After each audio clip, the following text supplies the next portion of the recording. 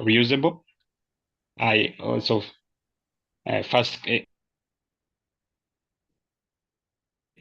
to those that the supermarket attendants, including other clients that have come to shop about this challenge and how it creates sustainability and for our protection of Mother Earth. And they were so impressed. So I told them I'm buying this reusable bag. So when I come to shop, please do not give me any polythene bag anymore. I'll be coming with my shopping bag. And so they about my decision. And someone asked me, even if it is just a very small item that you're buying, you mean we don't give? Yes, I told them I'll be coming with my shopping bag. So before I left, there's a lady who came in. She had also a reusable shopping bag. So I just applauded her and thanked her for having also made a decision to buy one. So it was such something interesting. And also now the waste management challenge.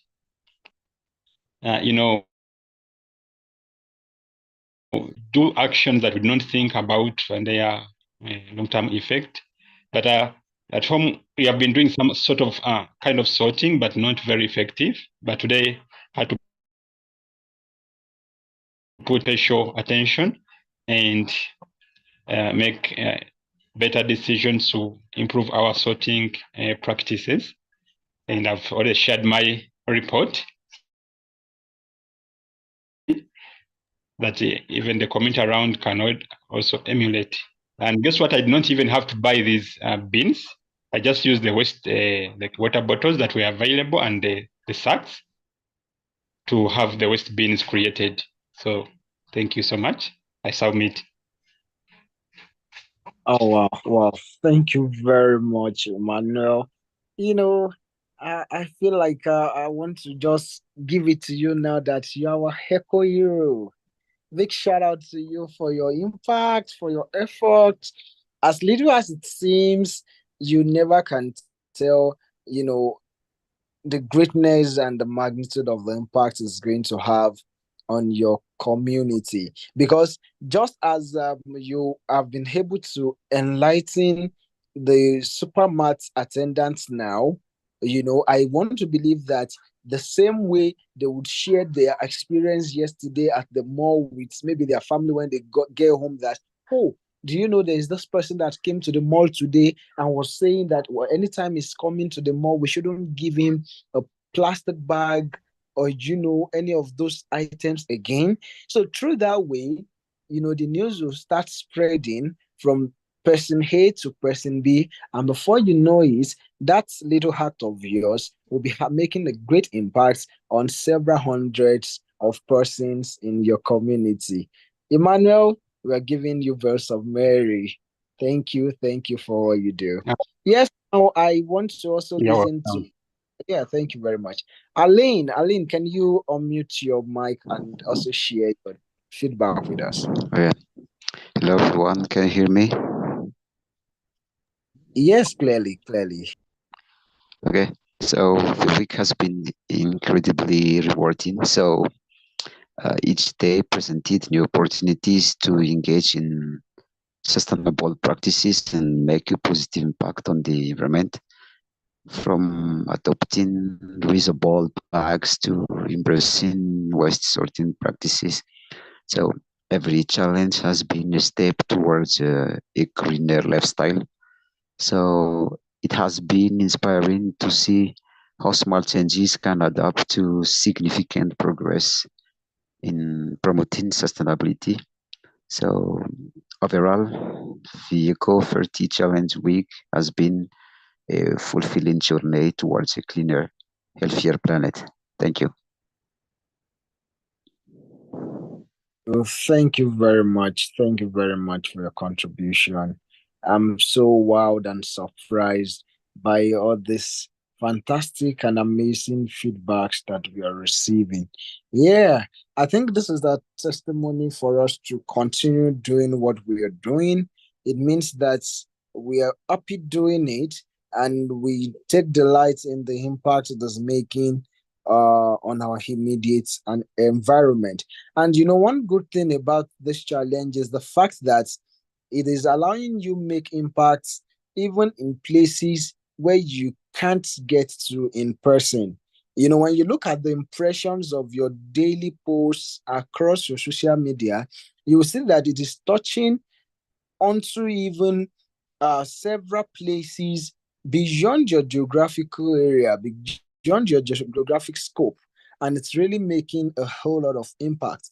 As a matter of fact, I got someone challenge me one of those days when I didn't post early enough, asking me that, oh, are you not going to be posting, this day, something today? Because I've been following up with every bit of the challenge since you've been posting since day one, and I'm already waiting to see today's. And that was fantastic to hear. It means that, oh wow, it is really making an impact on someone, and it gives me the courage to continue to make that post. So, it is one of the good things that we do. Not everyone will be able to go out into the public space to speak it. Not everyone will be able to mobilize people and, come together to organize events around it. But the power that each and every one of us has is the power of the social media. Across all of your social media, you own the liberty and the power over your own space, and no one is going to challenge you on how you are maximizing your media space. So, um, once again, I want to appreciate each and every one of you for the journey so far. And right about now, I want to hand this evening section over to our moderator for this evening, as we progress into the uh, guest section, wherein she'll be introducing our guest speakers to us this evening. But just so I set, a bit of background for the section. Of course, I know many of us had seen the flyer for the event, and you already know that this evening we want to be looking at the people focused actions for sustainable living. Of course, the first week we've looked at a different topic. Last week we looked at another, but we've ensured that each of the topics that we're looking at is still surrounding the scope of the challenge. And, they are just the kind of expert discussions to further establish the impact of the projects on us and to even empower us with more knowledge beyond that which can be contained in the campaign materials. So I want to hand over to Ruby now to continue into the introduction of guests, after which we'll be having a very enlightening expert section, which I definitely can assure you that we'll all be benefiting from. So thank you very much, and you know, I wish you a good time on the program this evening. Ruby, over to you, please. Now, thank you so much, Mayowa, for a wonderful introduction. And of course, thank you so much for engaging with our participants today. I'd like to acknowledge everyone that has made time to be available at this live session with us at the ECO30 Sustainable Challenge. Just right about now, we will be introducing our speakers, but I would just want to mention a few things. Kindly mute your mic once you join. And please, just some ground rules, let us participate and of course share ideas. We're here to learn, and thanks to the Eco Challenge, we have actually seen quite a number of challenges that have been put across us for us to engage in and of course try out ourselves as advocates from different countries. And of course, thank you so much to our Avadia for availing us this opportunity to engage as well. Our sponsoring partners and our partners that have engaged with us. We just want to say thank you so much for giving us this wonderful opportunity.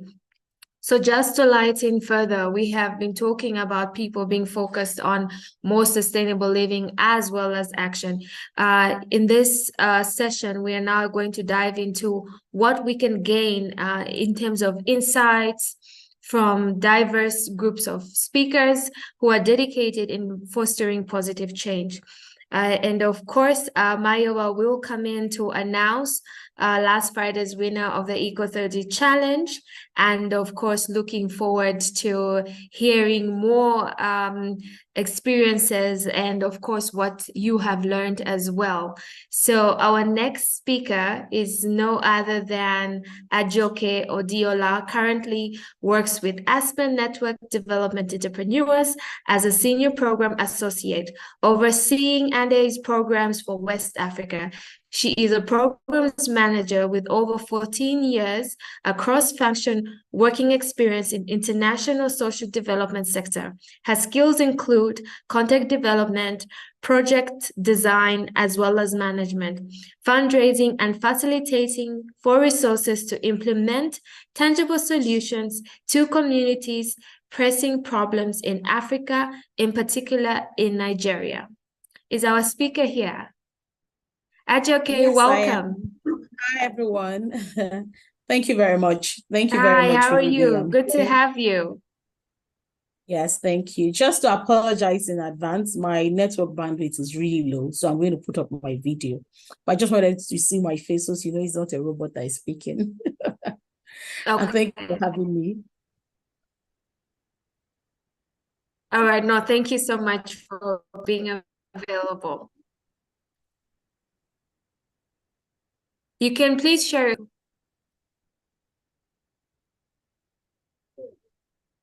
Okay, so my understanding is it's going to be a Q&A, so I don't have a presentation.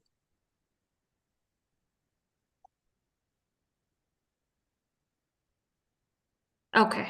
No, that's still okay. I think you can go ahead with whatever insights that you can share, and then we can go to the Q&A.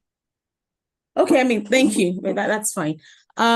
Really, I think it's exciting to listen to people. I mean, I've been part of the meeting since it began at 7:30 my time. I'm dialing in from Lagos, Nigeria.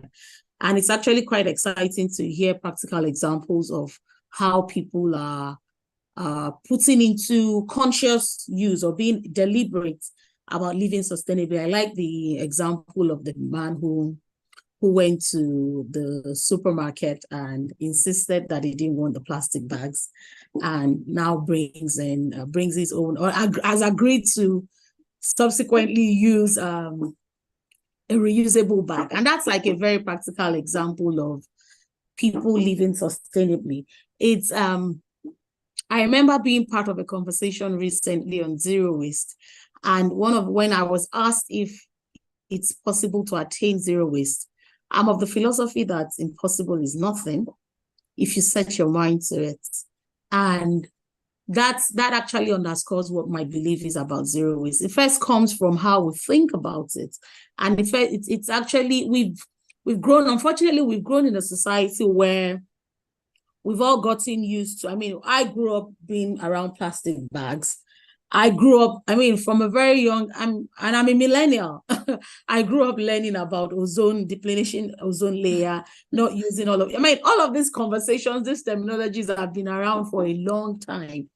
And it looks like, it's a good thing that perhaps this decade we've been a bit more intentional about talking about it.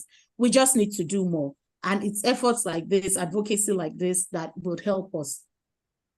I think that it's having to live sustainably is first, it has to be like a mind shift. It's, when there's a supermarket in Lagos, Nigeria, for instance, if you're from Lagos, you probably will know what I'm talking about. Boku. And in the supermarkets, they do not give you, they have plastic bags, but you have to buy them if you want to use them to carry your purchase or what it is.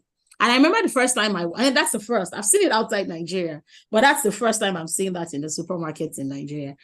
And when I came in the first time and I saw people carrying cartons from the store, from offloaded produces and all of that, I was wondering, why are they not giving plastic bags? But they were charging for it. So, I mean, people thought, you know what, rather than continue to pay this money for a plastic bag, let me just bring in mine. And in a way, it's that.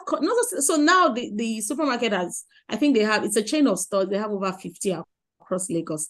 People are used to it. When you go to this particular supermarket, if you don't want to pay extra, then you come in with your own bag. So, I mean, it's really, and it's a mindset shift. So you find people use the same plastic bag over and over and over again, as opposed to we just buy these things, we use them and just dump them, because I know that when I go back another time, I'm going, as part of, it's a right. Once I buy from this supermarket, they have to give me a plastic bag.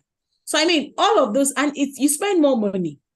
So, I mean, that's one level of just being conscious about it, being intentional about how we see the way we live our lives. We have a lot of examples. So, I mean, the first thing for me about talking about living sustainably is changing mindsets, changing people's thinking, changing how people feel about sustainable living. A lot of times it's like a mirage. It's like something that it always seems like a concept that is hard to follow. But I like the example. I like what you are doing with the Eco Challenge, just giving people specific examples of what they can do daily to consciously begin to live sustainably. And I believe that the first step in ensuring that we can make this, maybe even continent-wide, is very strong advocacy. We have to continue to talk about it. Even when it looks like we're only making small dents or small impacts. They say little drops of water make a mighty ocean. We have to be very intentional about advocating for sustainable living. It won't happen overnight, but we will get there if we continue to remain, if we're very intentional. And I see that your hand is raised, so let me just finish with this train of thought. I don't know if you want to take out questions, but that's the one thing that I think is very important. We can't stop talking about it. We have to be very emphatic about talking about the advantages of sustainable living, letting people see that in the long run, it's even cheaper because you save. So, I'm happy to, how many more minutes more do I have? I'm happy to take on questions or maybe allow people to engage. It's up to you, Ruby. Okay, since we have a hand up, I can ask the participant to unmute their mic for their question or contribution. Adubakar? Adubakar, can you hear me?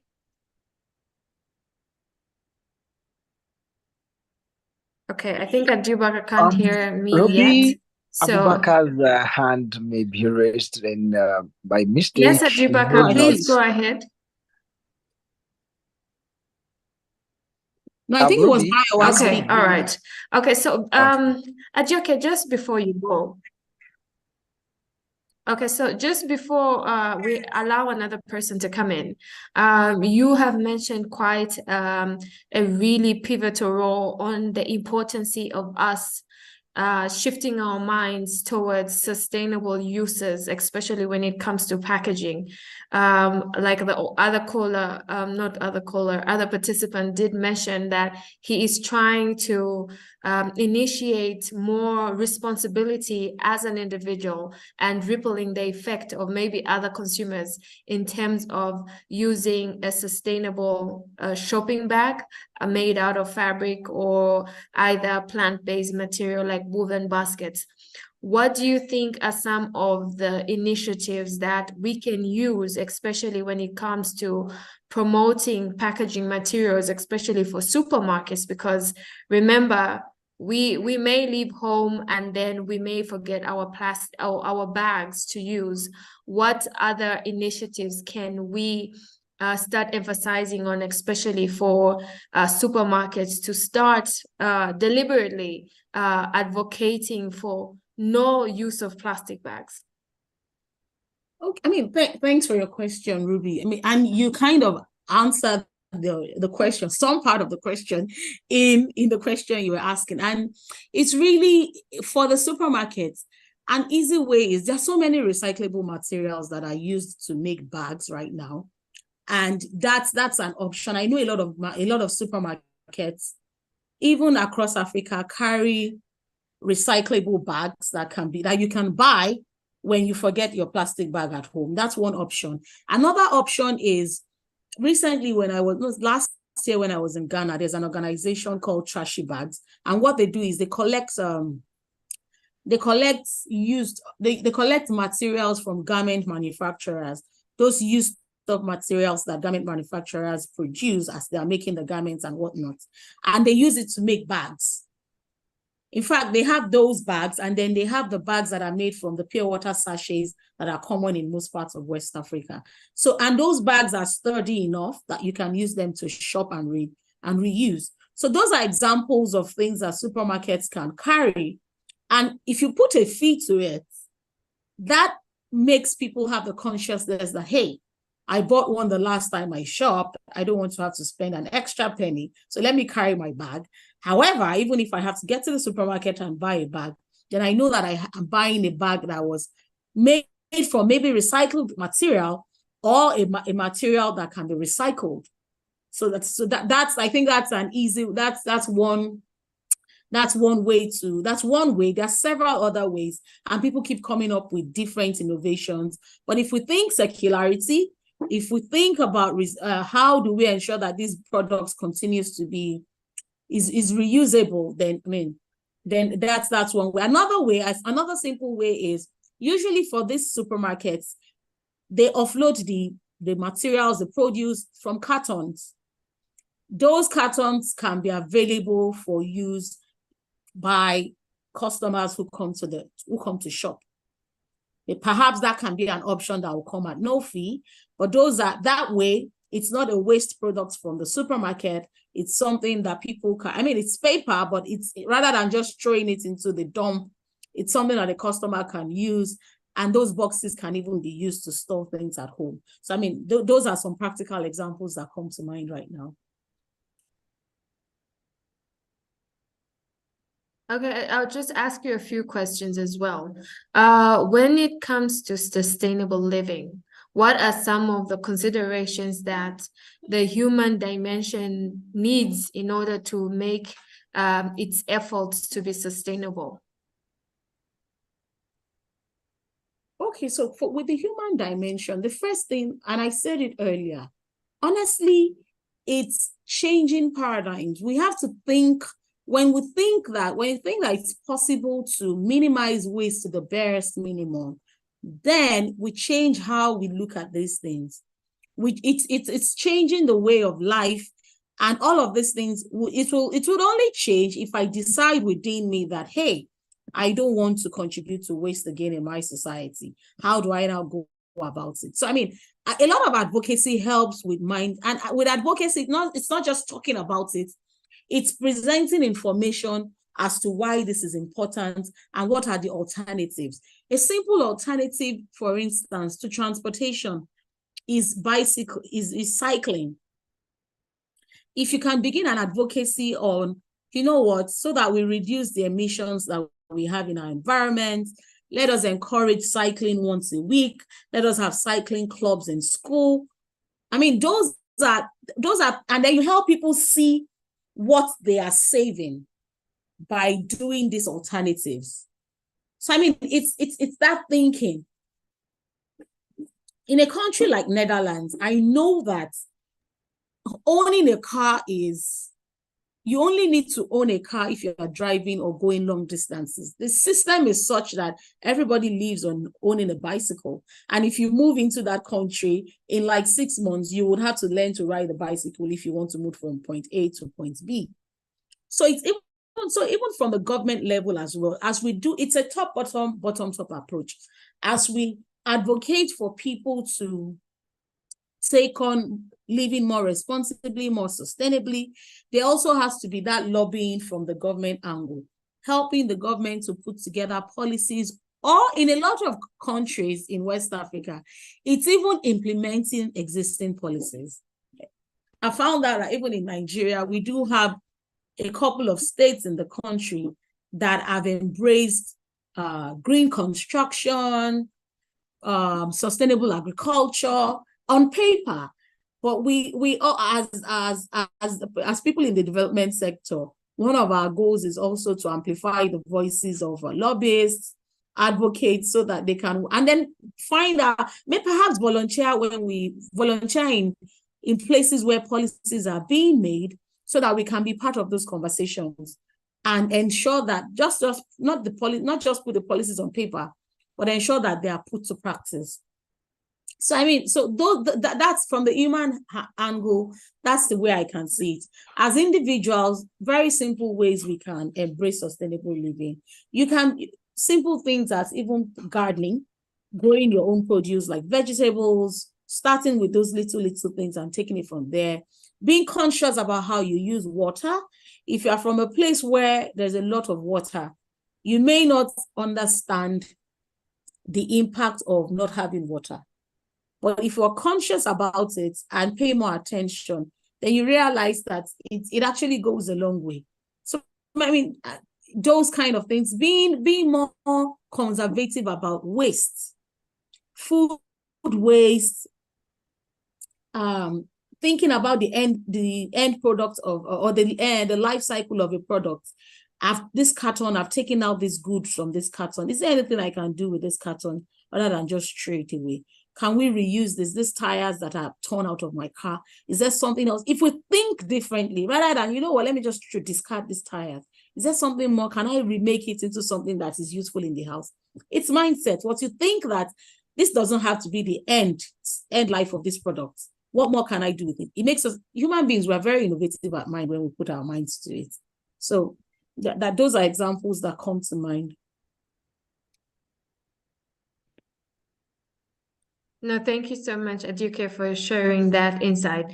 And you just brought in one of the next question I was about to come to. What are some of the key challenges individuals and communities face in order to have a practical, sustainable living, and how can these challenges be addressed in communities? Okay, so I think I alluded to it earlier. Unfortunately, I'm limiting my focus to West Africa, because that's even in the continent of Africa, that's the most I'm most familiar with.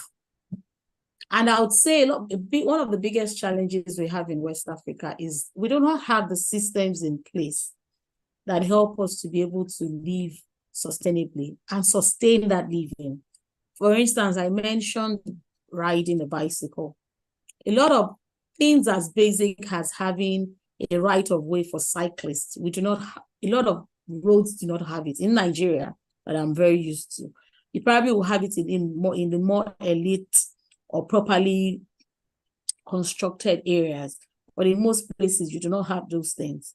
And in the villages or in the rural areas where those things were prevalent, everybody wants to copy, everybody wants to embrace. I mean, owning a car is almost like a status symbol. So you want to ditch your bicycle and own a car. And we don't even have proper transport system. So everybody wants to put their car on the road. So those systems are not in place, sadly, in a lot of places to ensure. So that makes it a big challenge. And even in terms, if you look at secularity too, in terms of the widespread use of products that are made out of secularity models, a lot of times they're expensive for the average person to be able to buy. The mass-produced ones are easier to access, easier to buy, and all of those things. However, if we have proper support from the government or other non-state actors that can ensure that secularity, products made from secularity have some sort of, would I call it a palliative, or something that cushions the effect of the cost, so that the cost of production is not transferred to the customers who want to buy it.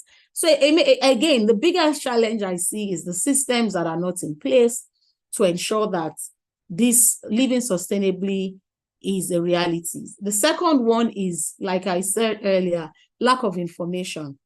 You'll be surprised that a lot of people do not even know that just making a lifestyle change in different, subtle and different places can help you to live more sustainably. Planting green in your house so that you can promote greenery, you know, just that information being available for people to see the options that are available to them to live more sustainably. A lot of times those information are not within easy reach, and that also makes it a big challenge. Back to you, Ruby. No, thank you so much, Adioke, for sharing that.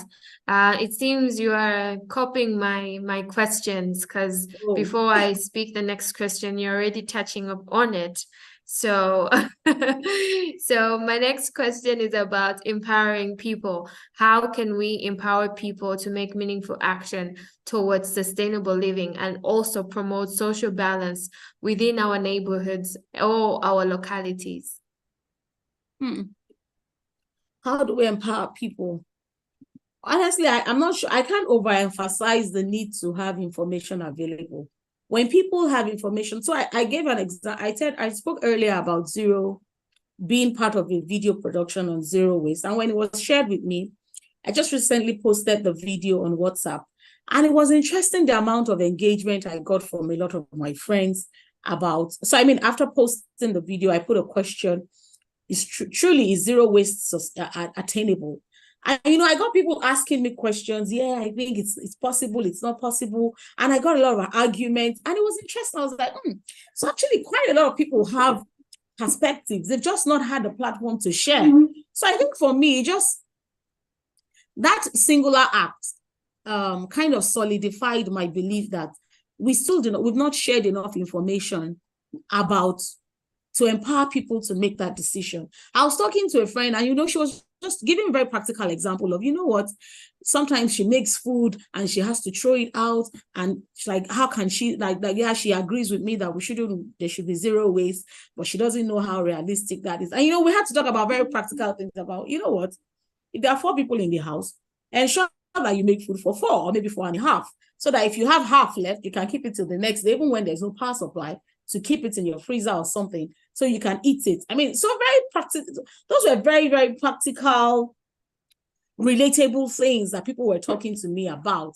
And, you know, I'd also spoken about, you know, also having proper systems in place to dispose waste.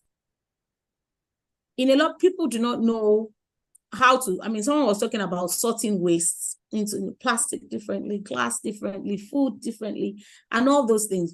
That's information that is not, because for a very long time, we've all been used to, you know what, just use and dump somewhere, use and have someone cut it away. But if we are taught to sort properly, then people can make those changes in their homes. Okay, this is the bag for bottles, this is the bag for this is the bag for that. But it's a lot of information, and we need to be intentional about having that information. We need to have more eco-warriors, people who can go and talk about the importance of living sustainably, you know. And, you know, someone is asking, after sorting, then what? Okay, I think we have a question from Ajoke. Sorry for cutting you. I think we have a question from Abubakar. Abubakar, do you want to unmute your mic for me?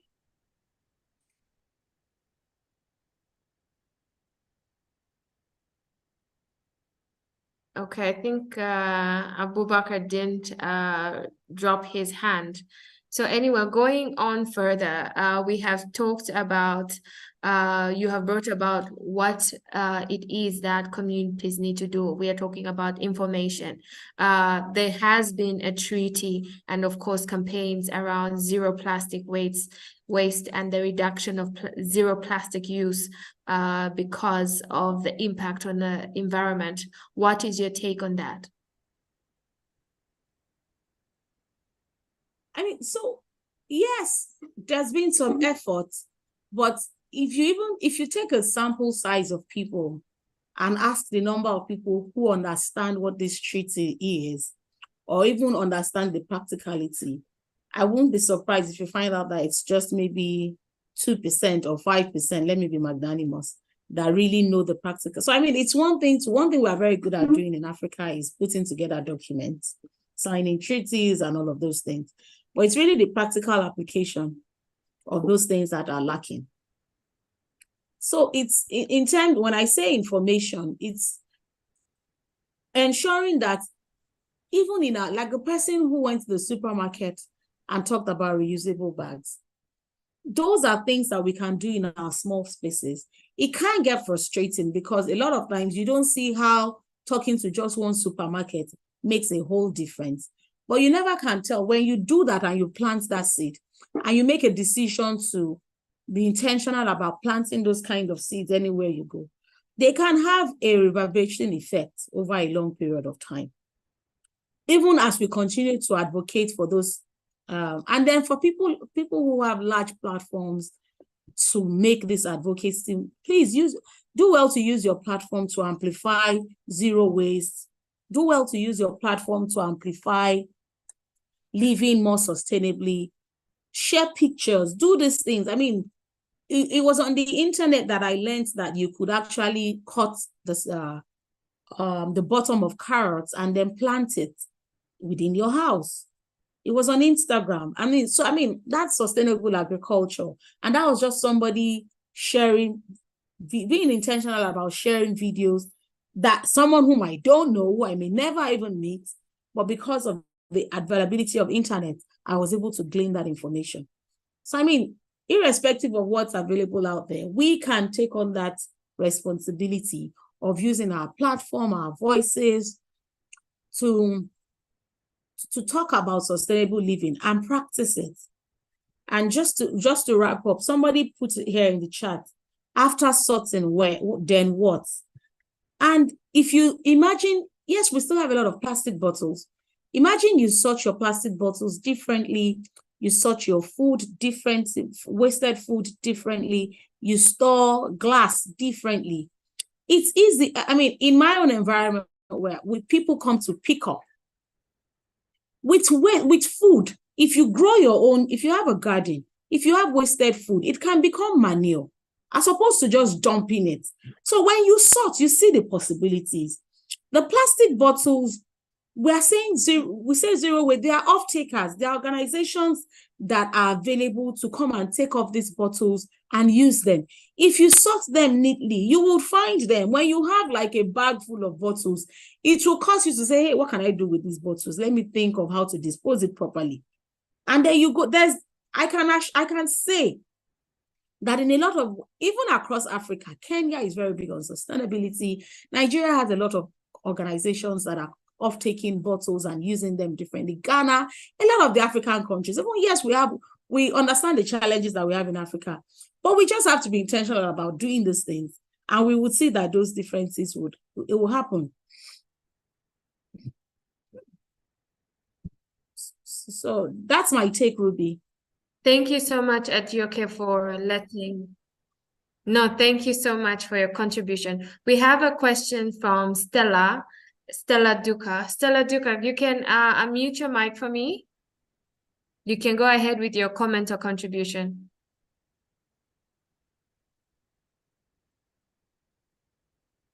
Stella, are you there? Yes, I'm here. Good evening.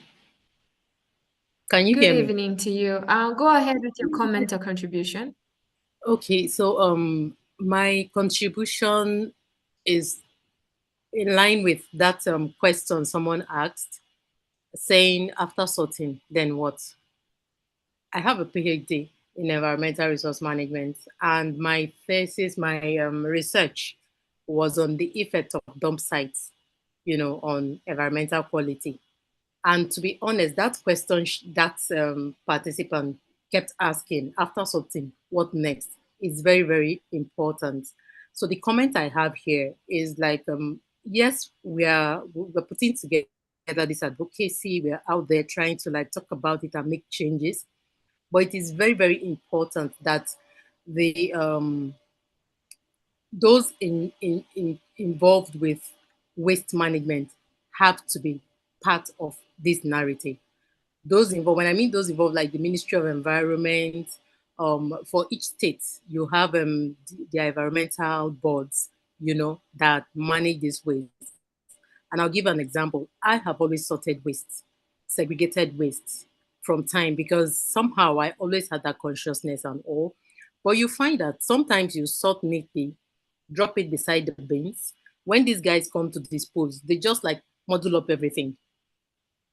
Going to the site, then the dump site in Abuja, Gosa dump site, for my research, it was really, really disheartening, because you find that for cities that have the dump site, if at all the waste ends up in the dump, regardless of whatever had been sorted and like that, because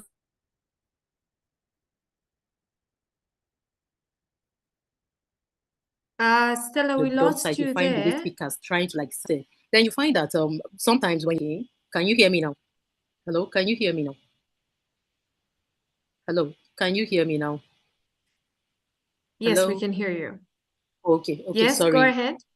Issues with network sometimes. So it's an uphill task which we all have to keep up with, but it would really, really make sense if some of these those involved are part of this, because I keep scrolling to see the participants.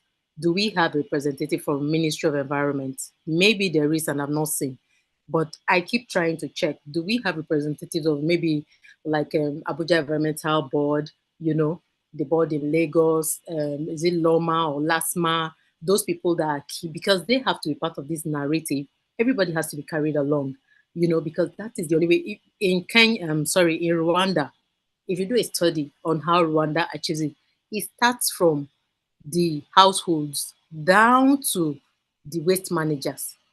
So it's not just about, okay, those of us that are like users of some of this way. It has to be from from where these wastes are generated to how it is managed.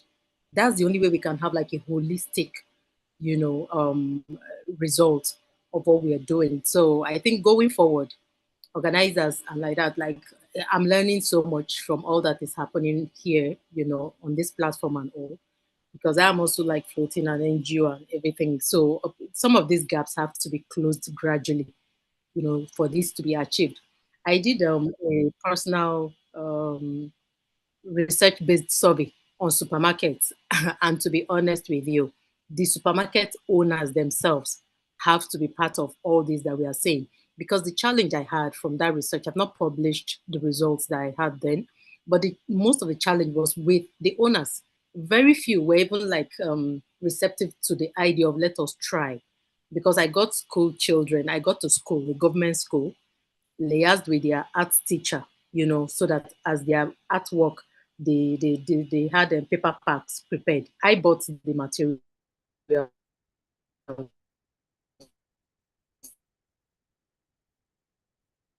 They prepared the paper packs because and we're willing to use them. That's to get the response from the supermarkets that were willing to even try, to shift from the plastic use of plastic bags to the paper packs, then to try to check the cost. Because as business people, these are the things they will check. What would it cost them if they were to shift from the use of plastic, for packaging to paper packs? And also the customers themselves, those of them that were willing to like how they embraced this change. It was a very interesting study. So it has to be holistic, really. So it goes beyond us just coming together to, as we are making this effort, we have to carry all those that are involved in waste management along, so that the result comes like a full package. Thank you very much. No, thank you, Stella, for that contribution. I would ask Emmanuel to unmute your mic and give us your comment quickly so that we go back to the next questions. Emmanuel, are you there? Thank you. Please go ahead, Emmanuel. Some experience on the issue of zero food wastage. I'm actually on zero food wastage. Way back in 2018, we had a school called Together for a New Africa, where a New African formed to renew our continent in Nairobi. So I realized during meals that people serve a lot of food that they couldn't even finish. So I introduced zero food wastage. And I asked everyone to serve what they could finish and more according to their need. Not to waste, just serve anything and then end up putting in a bin. Actually, by day 2, we had 10 days. By day 2, food waste in the bins had reduced by almost 70%. By the end of the school, we had zero, apart from the bones that maybe from the meat and so on, but at least for the edible portions. So even at my workplace, I continue to advocate for this, and people now know it that if I'm to serve, I should serve what I will finish, not what I waste. And I've also observed this in restaurants because someone Very true. pays for the meal, so they think they can waste what they have bought. But then they forget that the food, a contribution of so many people, that the food comes to the restaurant where you can buy it, but you cannot pay for all the energy that has been involved in the food value chain. So, the behavior, social behavior change is this campaign. I also call upon everyone listening to carry on this campaign, whether you are at functions where you can talk about this and people will change. I will also request the team leader and to avail us with the stickers. For me, I would love to stick that sticker on my reusable bag, maybe with those words of sustainability. For instance, I choose a reusable bag for sustainability, for environmental sustainability. So some kind of catch-all word that people can read. When I go to the supermarket and it's fully labeled, people can read even before I talk to them. So yeah, that is my request. Thank you so much, Emmanuel, thank you so much, Emmanuel, for your contribution. And I think Mayowa has taken that down, because I feel it is very, very important that whatever we are campaigning about, especially the example you have given about going to supermarkets, we should have customized bags, like you have mentioned, to promote a message that is sustainable, as well as encouraging people to reduce their plastic bag use. We have Habiba. Habiba, please go ahead with your comment or contribution so that we go to our next question. Thank you. Okay, good evening, everyone. Can you hear me? Yes, I can. Please go ahead. Okay, so I just wanted to add a comment. Thank you very much. The speaker have said a lot, and they are all spot on. They are all based on experiences. So I want to just give something to add. So we are just advocating. I think that we need to add with sensitization, because sometimes we advocate, we tell people, okay, this is good, this is bad, we harm our environment, but they don't even know that the little things they do really harm the environment. Sometimes people feel like if you are doing all of these sustainability stuff, it's like you don't have money. I will give an example.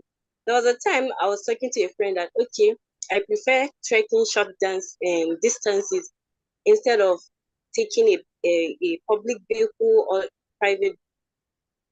Opening her mouth, she just said, just tell me that you don't have money. So this kind of thinking that people are doing, yes, she just said, just tell me you don't have money. And in her own senses is, because I don't have money, that is why I don't want to take a bike.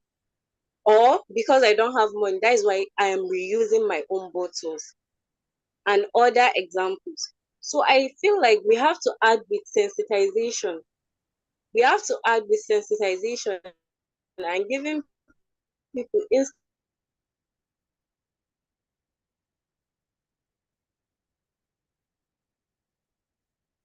Habiba, we lost you there.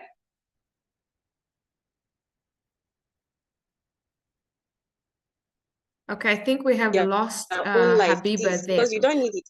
Or you can reduce this, or you can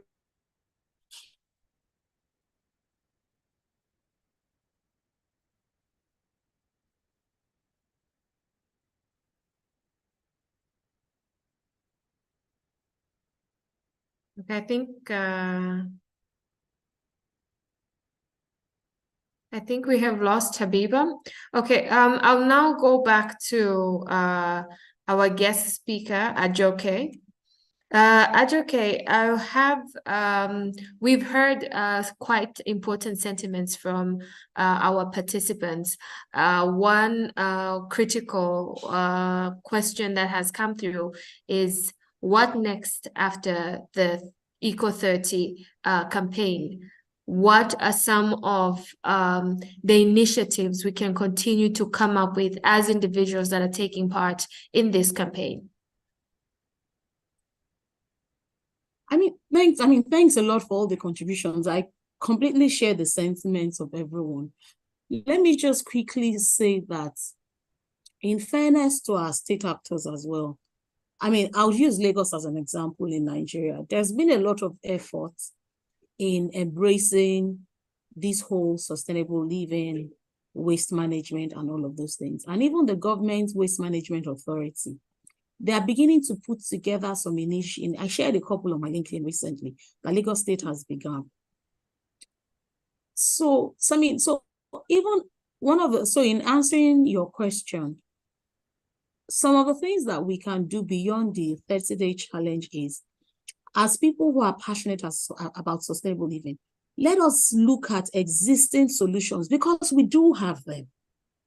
We do have existing solutions in most of our countries in Africa. It might be hard to find, but if we're truly passionate about these things, then we should find them and amplify the voices of those things. If there are challenges that people can attend to, one of the questions that someone said, when I posted the video on zero waste, she was like, she's very interested about this zero waste thing. And I was like, have you heard about circularity? And she had never heard about it, never.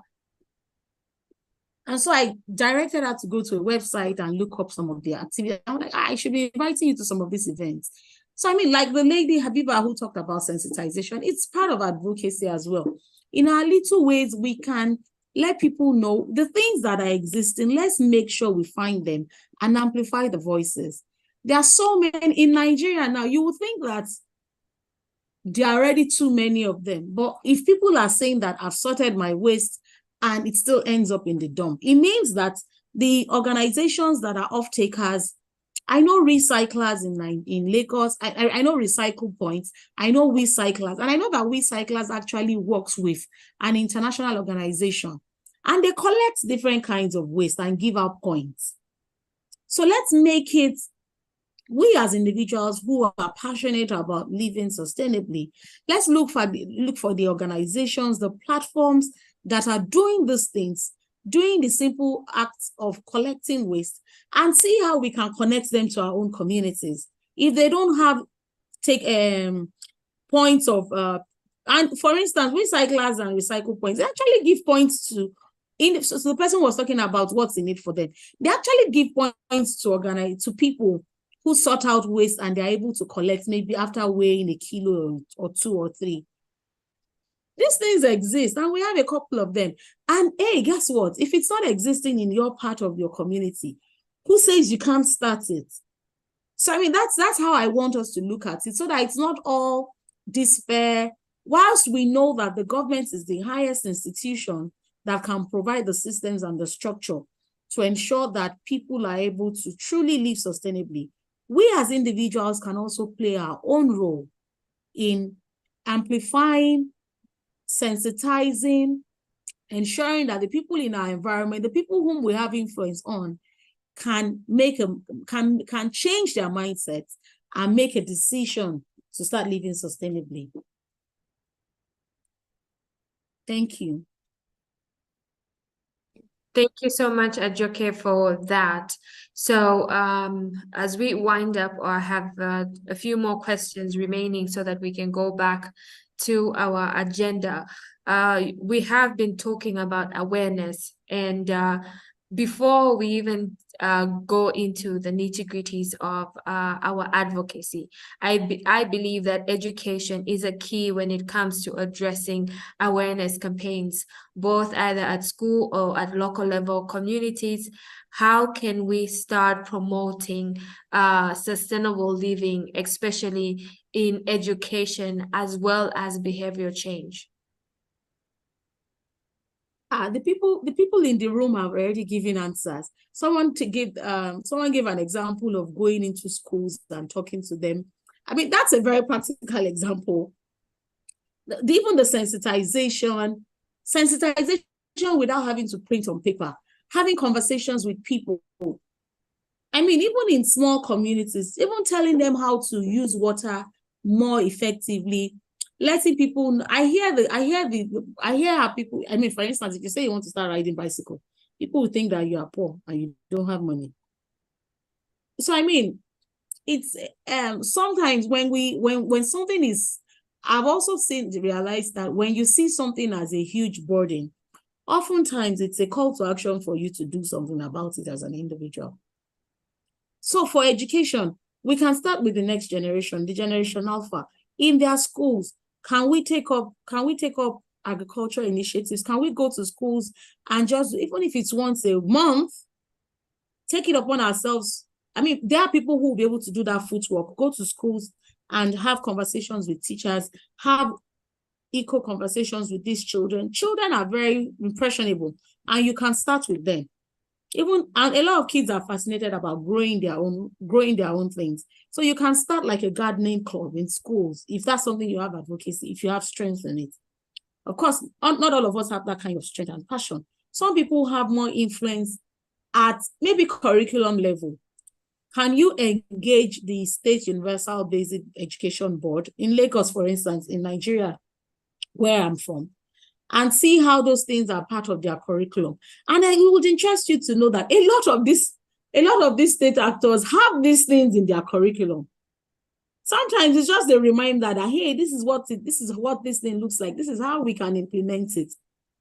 And then, like I said earlier, the platforms that we have, how about we use it? Our WhatsApp statuses, like the person who gave the example of saying maybe a sticker. If you have a t-shirt that says, hey, I'm living sustainably, and you wear it or you put it on your status, or you have like those things that you have on LinkedIn that say, I'm looking for a job, it brands your picture. Why can't we design something like that and have people put it up on their WhatsApp statuses, on their LinkedIn statuses, saying that I am promoting sustainable living? Ask me any question. That way, anybody who is interested enough will ask you a question and you can provide. Can I challenge somebody to say once a month, post information on how you can live sustainably? There's a lot of information available on the internet, and you can contextualize it to your own environment and make it practical for the everyday man on the street. I mean, you may be discouraged because it will not happen overnight, but I can gladly say that we are not where we were 10 years ago. So obviously something is working. We just need to be more intentional about doing it. No, thank you so much, Adjoke, for joining us today and taking time to enlighten us more on the practical and, of course, your expertise around sustainable living.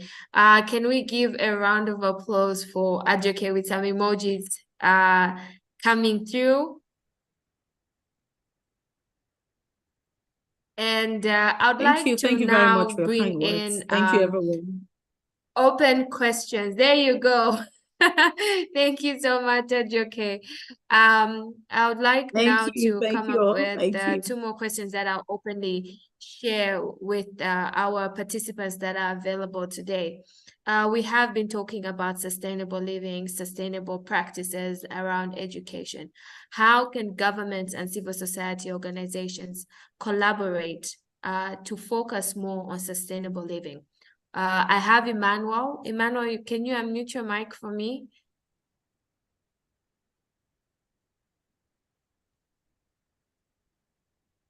Yes, hello. Thank you. Please go ahead. Yes, I think we can, the government can spearhead the public partnerships to ensure that sustainability, especially in terms of environmental protection, is spread all over the world in different, of course, countries. Give an example.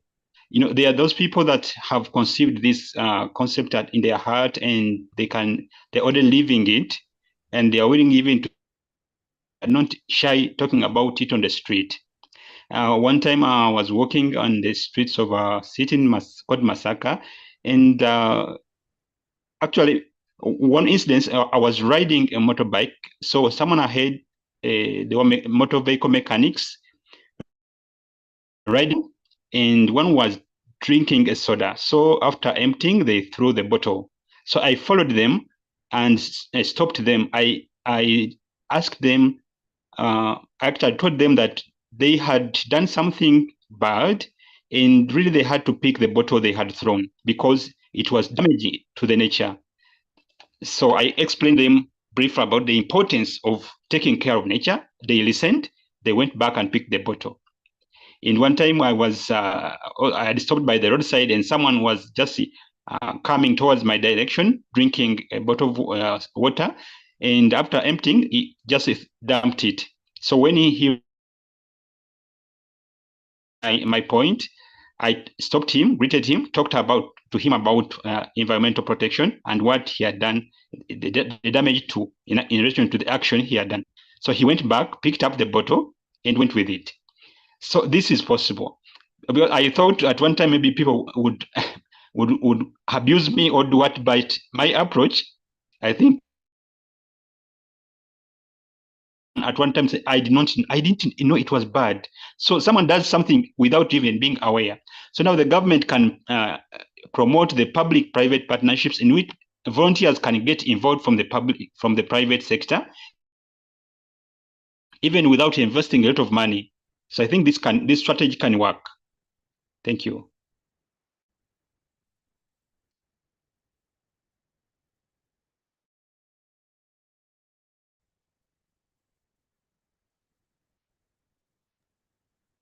Thank you so much, Emmanuel, for that contribution.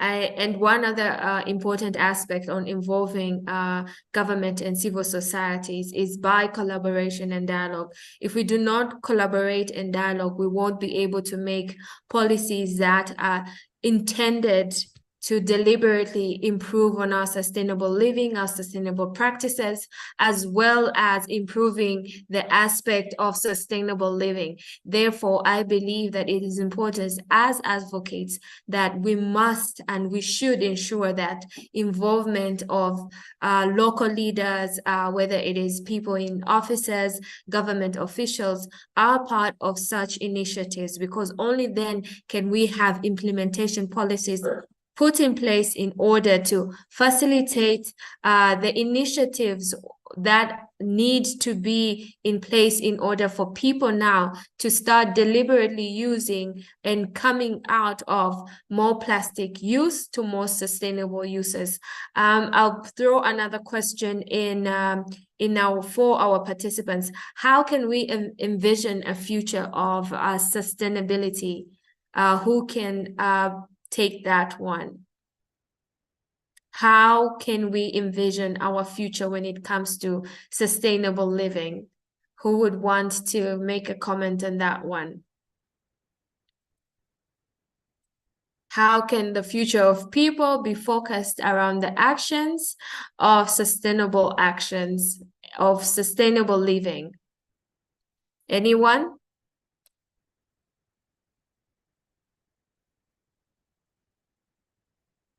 Mr. Mayowa, are you there? Yes, I'm very much here, but I'm going to throw that one to you. Okay. I was a little I was trying to avoid it some ways because I understand that we have quite a number of professors and professoresses in the house. So pardon that grammar anyways. So, but however, I think I would want to assist with answering the question.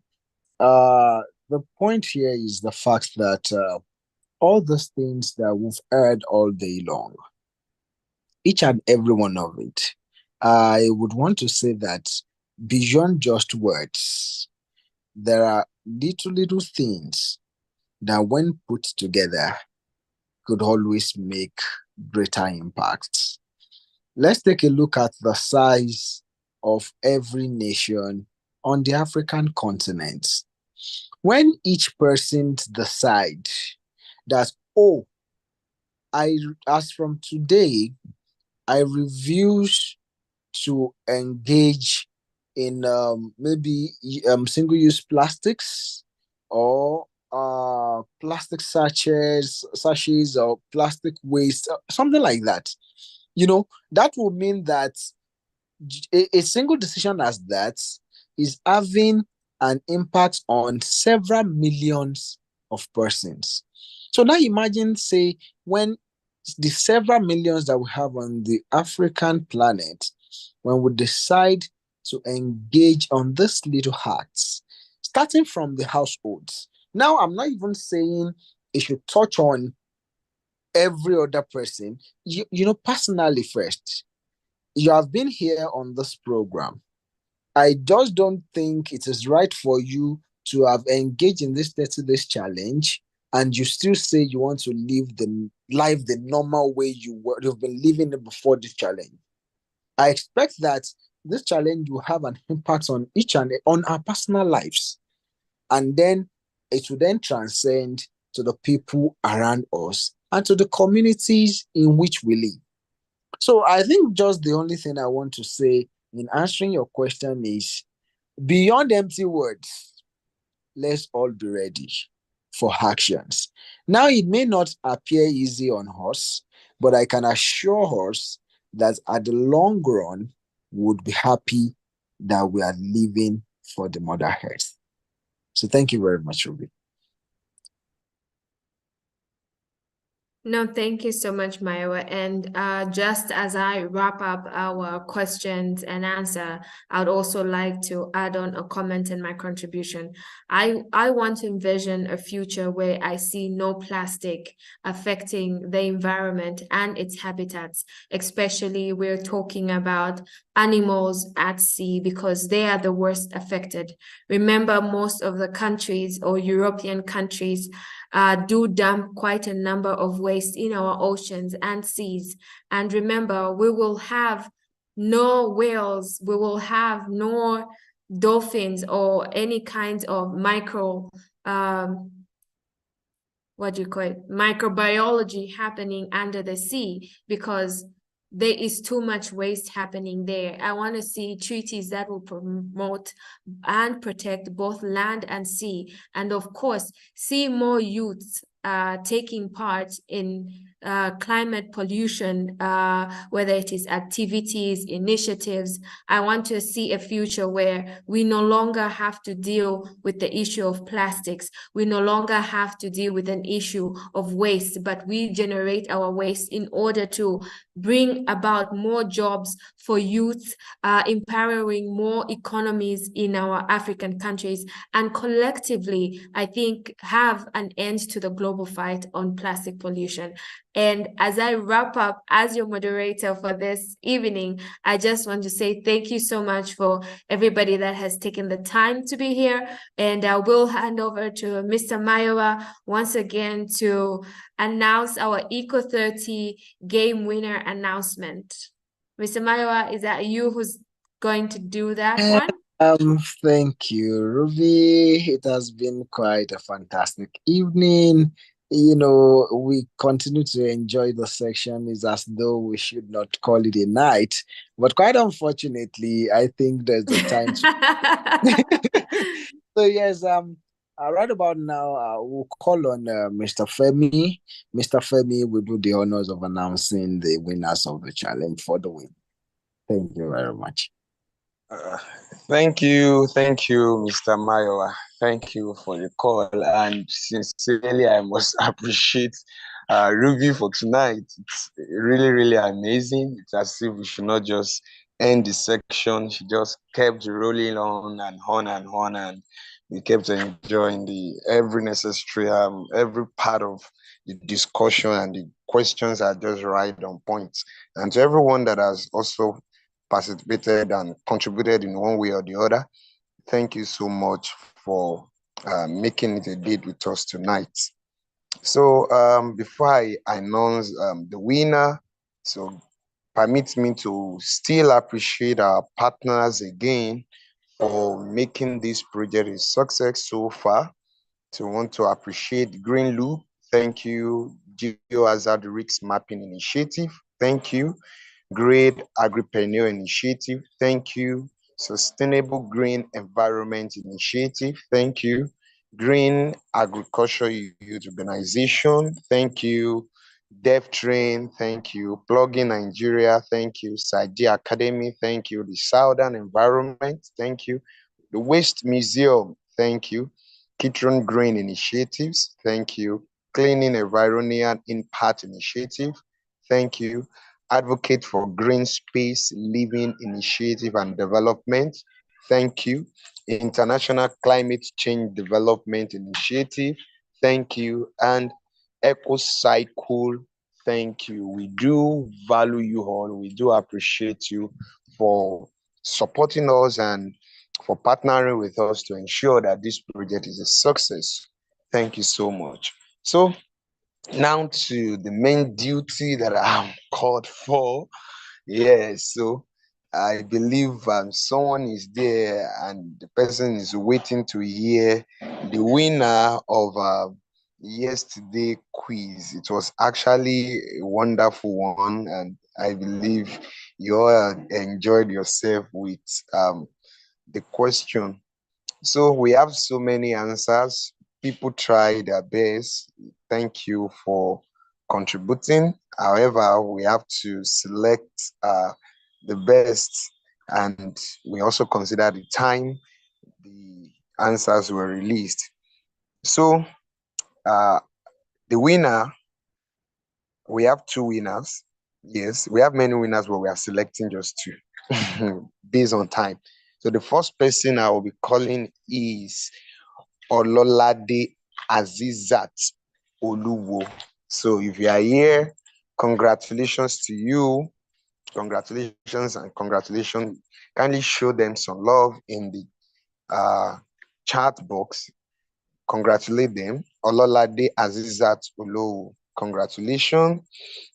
Yes, someone will have emerged as the next person, but it's quite unfortunate that instead of reuse, the person used refuse, and there is no refuse in the question. So that gave Ajayi Babatunde the opportunity to be the next winner. So Ajayi Babatunde, congratulations to you for coming up. Thank you for the contribution.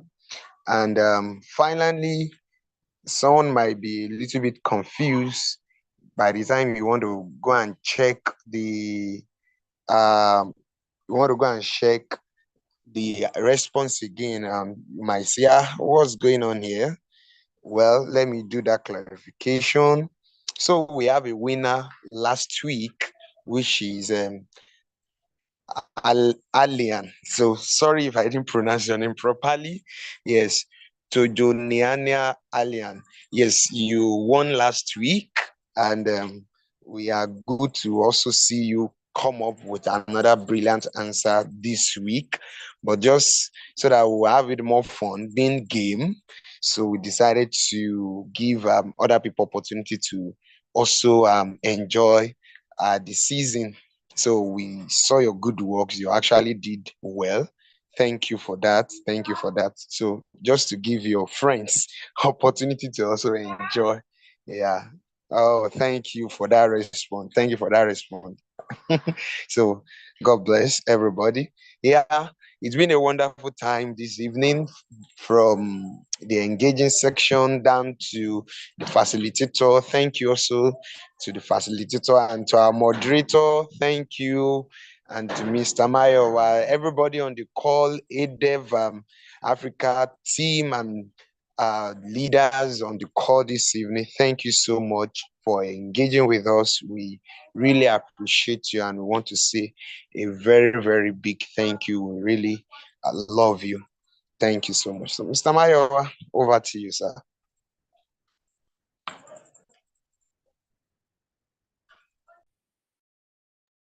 Okay, thank you very much. Thank you very much.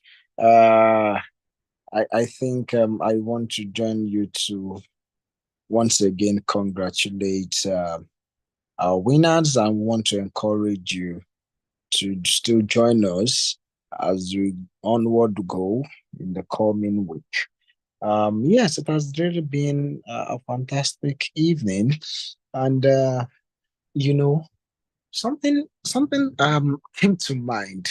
Something came to mind, as we continued in the session, and I want to just leave it to you as a thought against next week. Okay, so maybe you want to go and help me find answers to the question, or maybe you want to give me some justification, or you want to give me some clarity, to this uh little question that I have. All right. However, before we do that, I want to first make you understand that the session will be over in some just a couple of minutes, say the next 3 minutes thereabouts, and definitely we would prepare ahead for the day 21 of the challenge, which is tomorrow. So yes, I wouldn't take any answer to the question right this evening. I just want to open the question to each and every one of us. So maybe sometimes next week, I would come for the answers to the question. We've been talking about, ditching unsustainable living practices, But I realized that more importantly, maybe based on my understanding of this part of the world, we seem to engage more of unsustainable practices.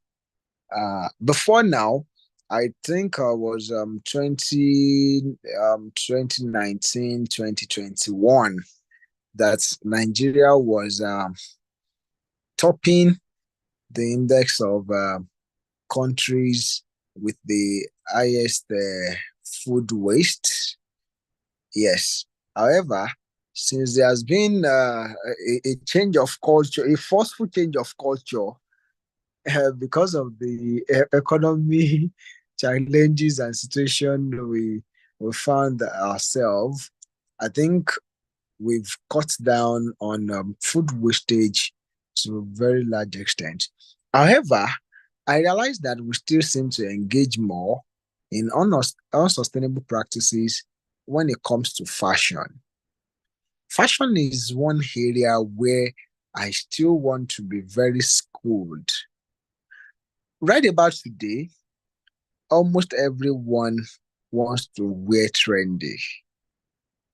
Everyone wants to keep, updating their wardrobe, even when they still have the fit. Like, I mean, good clothing that still, would do so well. And there is something we call minimalist living. Yeah. If it's something that is new to you, you may want to look into it. And under minimalist living, we have something we call capsule wardrobe. Yeah. Something like that. We have when you there's a practice in fashion when you practice a capsule wardrobe. Okay. So I wanted to look into all of that. And then I wanted to look into it that as much as in Nigeria, or maybe importantly in the southwestern part of Nigeria, we enjoy going for every weekend's Owambe. And for every occasion, there is always an introduction of a new clothing attire, which continues to add up to the large chunks of textile waste that is readily available. What are the likely solutions that we can have in the aspect of textile waste? Because I have come to realize that the more what we have been doing, or what I've seen people do, is just that maybe now they can have your jean and kind of convert your jean to a bag, make a design and some petty things like that. But the number of textile waste that we have around is still very much more than what could be reused to make some other petty things. So I think I want to understand, maybe for countries, some other countries in Africa beyond Nigeria who are not facing fashion waste challenges. Maybe I want to hear, how are you managing the situation? Or even if the scenario is the same at your hand too, how can we bring solutions to fashion waste? So that's the first one. And the last one now, as we wrap up for tonight and we go, is I often hear this when most persons talk of alternatives to plastic bags, maybe plastic bags. Many a times people reference cartons, yes, maybe cartons and all of those things. Most of the time, people reference paper bags and cartons. Do you really think paper bags and cartons are sustainable alternatives to plastic bags? And why am I asking you this question? I want you to think deeply into saying that paper bags and cartons are products of what? They are products of what? So when you think deeply, okay, I want you to come and, argue it, or come and enlighten me, or, come and suggest what you think, the opinion you hold about whether paper bags and cartons are also sustainable alternatives to sachets, plastic bags. All right. So this is where we'll be ending it tonight. We'll go again next week. And over the course of the week, we'll be bringing you... Oh, someone is putting something in the chat already. Okay. I will not want to see that this night, but by next week, we'll continue in that discussion. And I hope that you all will have a fantastic, night rest, and you would wake up to a feeling of a new week, a refreshing week, an amazing week tomorrow by God's grace. So thank you very much for being a part of this call this evening, and I wish you all the very best as you go to bed. And good morning, good afternoon, good evening to you, whatever time zone you find yourself. Enjoy the rest of your evening or your day, and bye for now, everyone. Bye. Bye. Thank you, everyone. Hi, thank you so much, everybody, for joining us today, and looking forward to seeing you next week, and all the answers that Maiwa has put up for us to research and come and defend. And as we all go, I just want to say thank you, and let's continue to promote sustainable living. Let's take deliberate steps and strive forwards to a healthier planet for the future of our generation. And let's keep the momentum going. I encourage you all to take part in the ECO30 challenge. Do post on your socials, and of course, let's